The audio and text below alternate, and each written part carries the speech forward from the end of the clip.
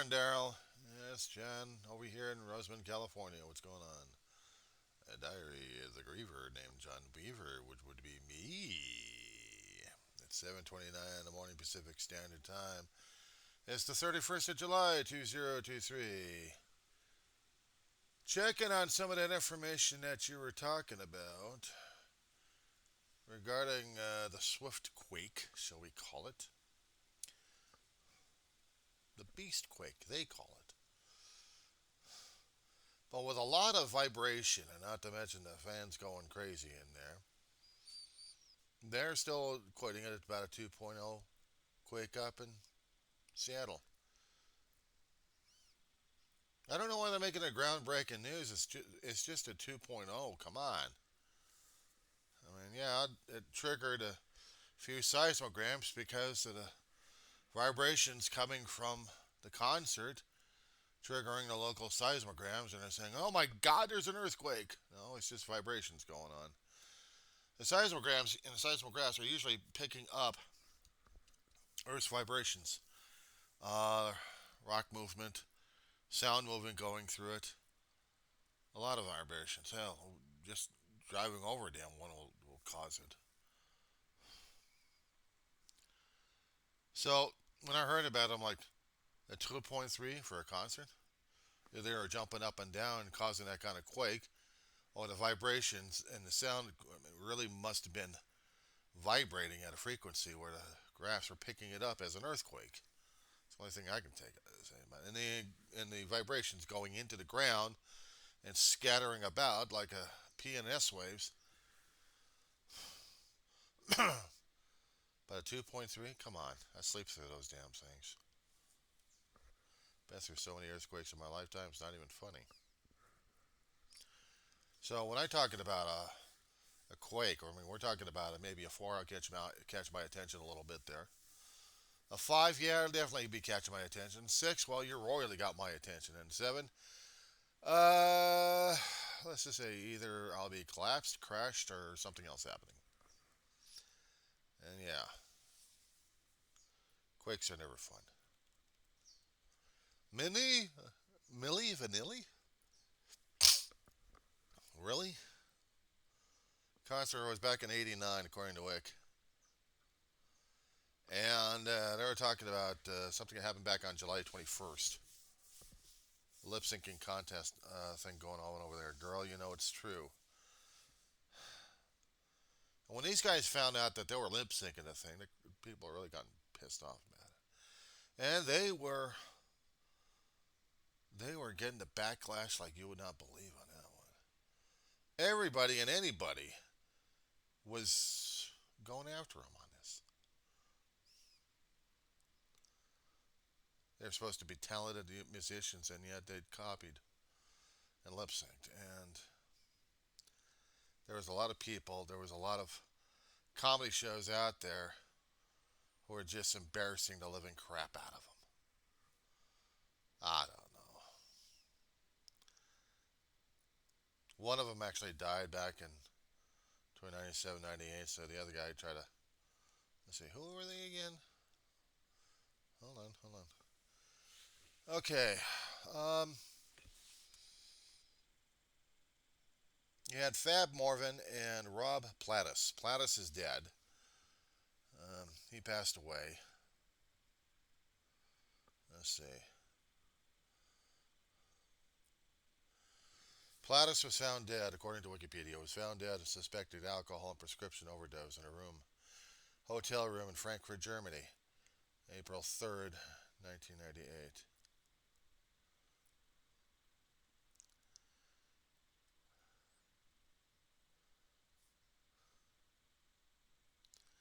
Plattis, unfortunately, was having issues during those days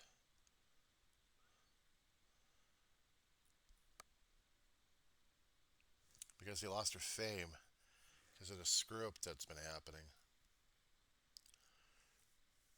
He went to drugs and alcohol and committing stuff to support himself and support his habit. And let's just say that took him out. Morven's been trying to be a public speaker, working on writing and performing his new music. He's been spending his following years as a session musician. Back in '03, he submitted his first solo album.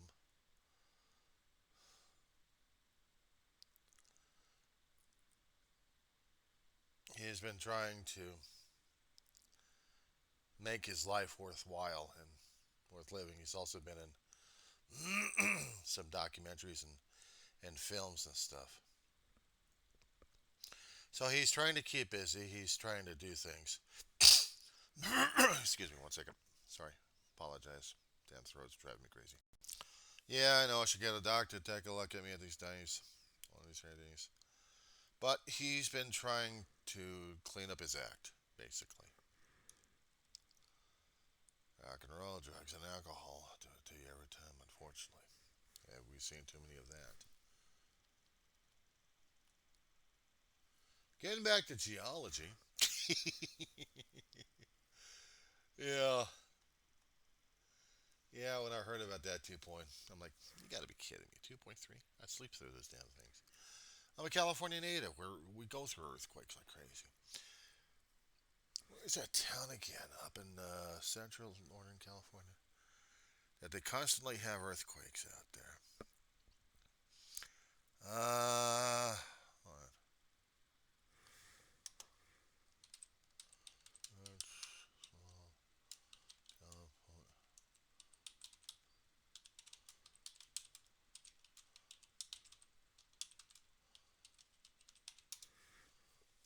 Parkville. Shit.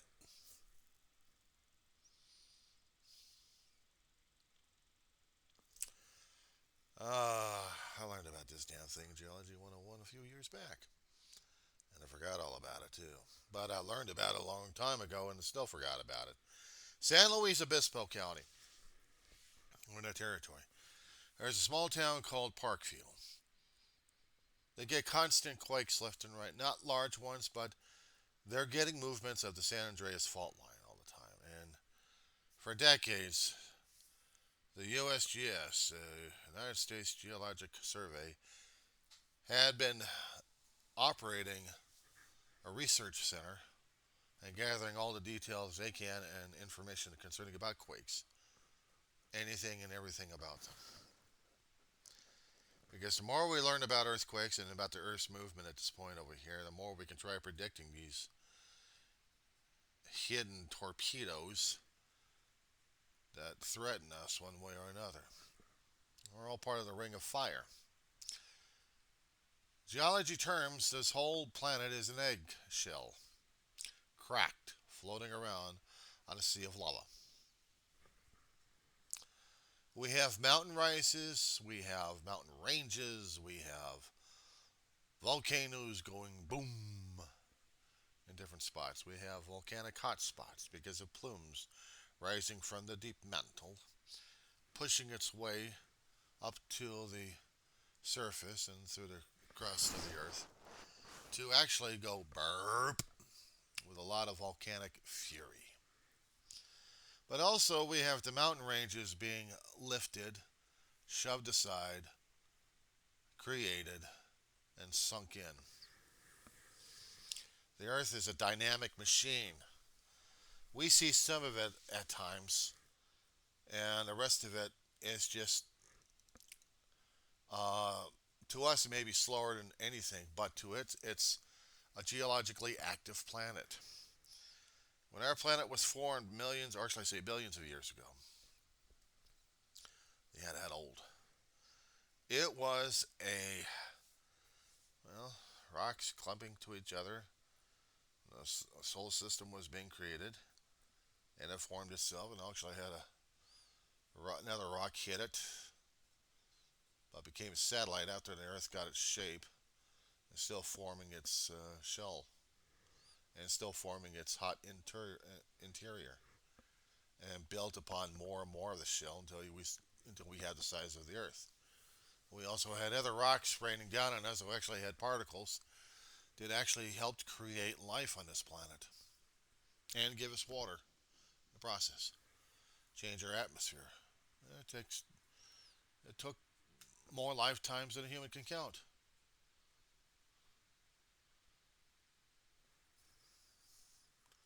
Very dynamic planet. You want to see volcanism? Hell, you go to Japan. How much activity have they been having over there? They had spreading centers and subduction zones. Spreading centers. The mantle shoves the plume up through the crust, and then we see these spreading centers. The shelves of the plates actually would be spreading together like that. In the Atlantic Ocean, there's the continental divide in there, but it's actually a convection zone where we got uplift, and it's constantly pushing the plates. It's a constant volcanic activity out there. It's it's pushing plates. On the west coast for California, all the way over to Alaska, we have subduction zones. We have plates going underneath each other and riding above each other. Creates a lot of friction, a lot of heat, and a lot of melting of rock, reformulations of it, and then loop, through a mountain range. It'll push it. If there's a weak portion in the crust, you'll see the volcanic burp. And if you really want to see the volcanic burps at action, Iceland's going crazy. So is the big island of Hawaii. Hawaii. And that place is a constant geologic zone there. You just They get the earthquakes because we have magma pushing up, and not just on the island itself. There are smaller islands underneath the ocean that are being created.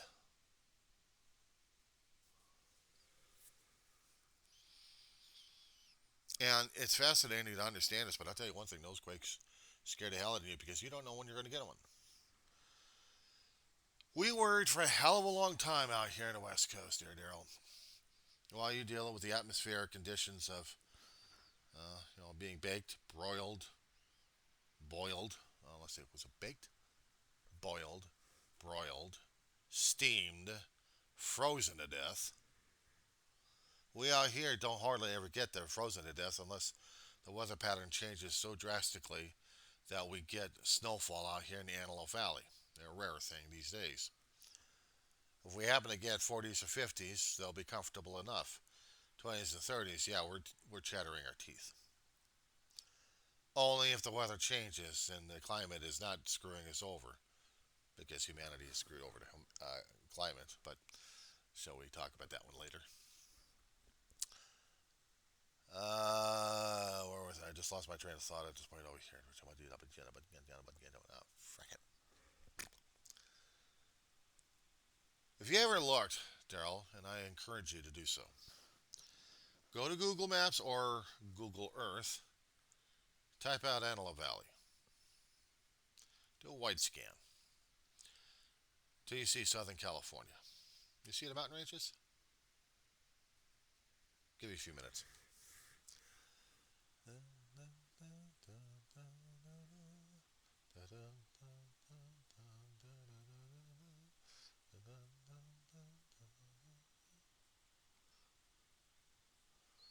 Okay, find it yet? You did? Good. Okay. So, take a look at the area. You see how the mountain ranges are formed. You see how the ridges are. You'll see this V-neck area. Probably showed you to a few times, so I just want to remind you where the hell I come from. The Antelope Valley, the armpit of Southern California, without right guard. Town of Roseman, right next to an airbase. Home. The mountain ranges that you see are from shifting seismic activity. We have fault lines, hidden but also part of the mountain ranges. Garlic Fault are running through the Northern Territory, right above Antelope Valley, and It's between, let's see, Tehachapi, and you got Mojave, Cal City, Ridgecrest, all above it, but they're still in the territory of that, all that fault line there. Left hand side, all the way left, where you see at the other point where the fault lines are like, oh, no, the one going above. San Andreas fault line, extending all the way from Mexico, from the Baja Peninsula, all the way up until Canada. You got the North American plate on one side, and you got the Pacific plate on the other side. In certain areas in there are subduction zones where the plates are going over each other. The North American plate is supposed to be expanding because of the Atlantic ridge I talked to you about. It's going northwest, so it's riding above and riding over the Pacific plate, left and right. And sometimes the plates are moving. Um, I'll do this vertically here.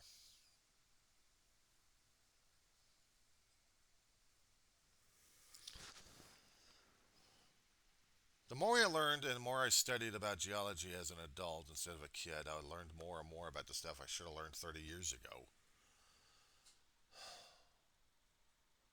But hardly other California residents would understand unless they lived through the damn quakes, and they're always constantly listening to the seismologists and the geologists that we have out here. Mostly the seismologists because they're more of the experts of the quake systems that we have out here. 1994, we had a subdermal, what the hell was it? Convection? No. It wasn't convection. It was a side slip on that one. It was a slight slip and a bit of a raise on the fault line. Raised the valley floor a little bit there, but it scared the living crap out of people. We called it a Northridge quake. Oh, yeah.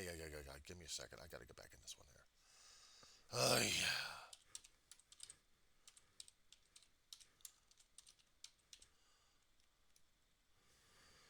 All right.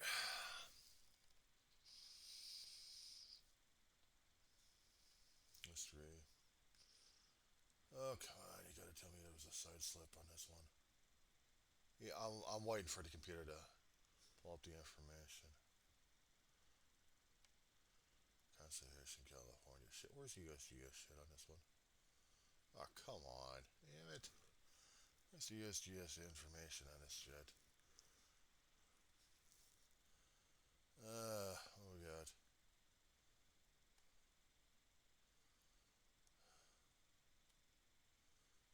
I mean, shit, she was 6 or 7, but shit, she felt more like that. More, worse than that. 11.31 miles down below, but still had. Nobody knew this quake was coming. Nobody.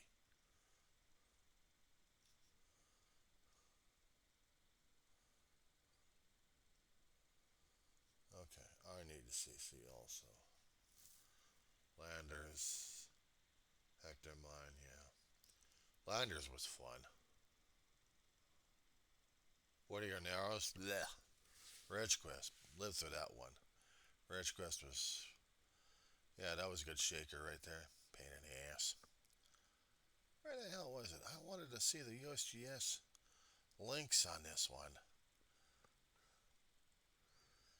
All right, here we go. USGS pass. Okay, Quake Center. That's what I needed to see. Southern California Earthquake Data Center. I was going through Wikipedia on this one. I typed out the information on it. So let's see what we got. Okay, 1 mile southwest. Yeah, that's what I called it. Close to it. It's a blind thrust. Fuck. Oh, blast it. Blind because nobody else knew about the damn thing, but it was a thrust. But I thought this thing was a strike slip. Yeah, strike slip would go left and right. This one was going up on this one, up and over. Oh, it was like a subduction zone, but it really wasn't. A dipping fault plane. I never knew that's what they called it, damn thing. I'm a native. I gotta understand this stuff, how our geology around here works, because we do have rocks out there that are. Oh, I'm gonna have to go into another video on this one. I'm driving myself crazy on this. Sorry, Darryl. I'll do another video on this one.